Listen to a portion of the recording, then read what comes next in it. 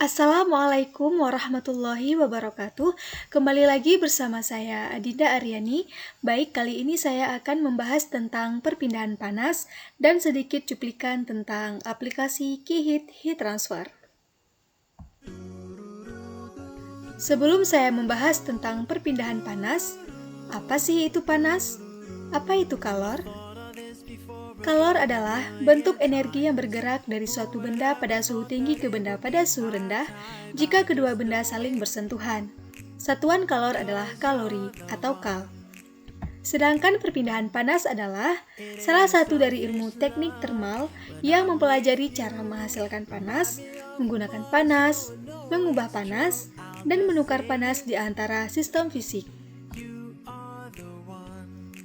Perpindahan panas diklasifikasikan menjadi konveksi termal, konduktivitas termal, dan radiasi termal. Adapun jenis-jenis perpindahan panas, yang pertama konduksi.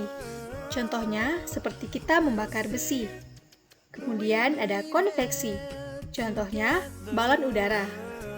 Dan yang terakhir ada radiasi. Contohnya, tubuh kita akan terasa hangat jika dekat dengan api. Baik, saya akan menjelaskan tentang konduksi. Konduksi adalah salah satu kondisi perpindahan panas yang selalu melibatkan zat padat dalam proses perpindahannya. Dan perpindahan konduksi juga sering disebut sebagai hantaran. Maksudnya, perpindahan melalui konduksi itu bisa menggunakan perantaranya. Sehingga, kalau ujung besi kita panaskan, maka panasnya akan merambat ke tangan kita. Dalam kondisi itu sendiri, ada konduktor dan isolator. Benda yang dapat menghantarkan panas disebut konduktor, contohnya kaca dan logam. Sedangkan benda yang tidak dapat menghantarkan panas disebut isolator, contohnya kayu dan plastik. Adapun contoh konduksi, cangkir berisi minuman panas terasa panas saat dipegang. Panas merambat dari setrika ke baju. Dan merambatnya panas dari ujung besi ke ujung lain. Selanjutnya ada konveksi. Konveksi adalah salah satu kondisi perpindahan panas yang terjadi pada suatu zat disertai dengan berbagai perpindahan partikel zatnya. Penyebab terjadinya perpindahan kalor secara konveksi ialah adanya perbedaan massa jenis pada suatu zat. Contoh konveksi. Yang pertama, pergerakan air dalam panci saat dipanaskan. Contohnya seperti ini. Kemudian, uap yang membawa panas pada air mendidih. Contohnya seperti ini. Dan angin di atmosfer terjadi ketika udara bergerak dari daerah dingin ke tempat yang lebih hangat. Contohnya seperti ini.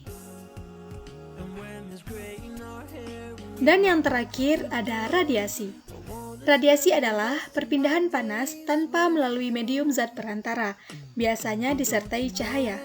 Radiasi tak bisa dilihat, hanya bisa dirasakan saja. Adapun contoh radiasi, panas dari matahari yang sampai ke bumi, seperti kita menjemur pakaian. Kemudian, saat kita dekat dengan lampu, akan terasa panas, meski kita tidak menyentuh lampu tersebut. Dan, api unggun akan membuat tubuh terasa hangat, meski dari jarak jauh. Cuplikan video tentang aplikasi KeyHit Heat Transfer. Ya baik, di sini ada aplikasi yang bernama KeyHit Heat Transfer. Nah, teman-teman bisa lihat aplikasi ini di Play Store. Untuk tampilan utamanya ada KeyHit Calculator, di mana kita bisa menghitung sederhana dari rumus convection, conduction, radiation, dan heat exchanger. Nah, langsung aja saya akan mencoba convection. Nah, di sini ada rumus convection, yaitu Q sama dengan H kali A kali delta T. Nah, jika teman-teman sudah mengetahui berapa koefisiennya atau H, berapa area permukaannya atau A, berapa temperatur fluida, berapa temperatur permukaan, teman-teman bisa langsung isi aja di kolom ini. Misalnya untuk koefisiennya 25. Nah, untuk satuannya memang sudah ada ya teman-teman. Areanya 0,5 meter kuadrat. Untuk temperaturnya, teman-teman juga bisa mengatur apakah temperatur fluidanya itu lebih kecil daripada temperatur permukaan atau sebaliknya. Nah, oke.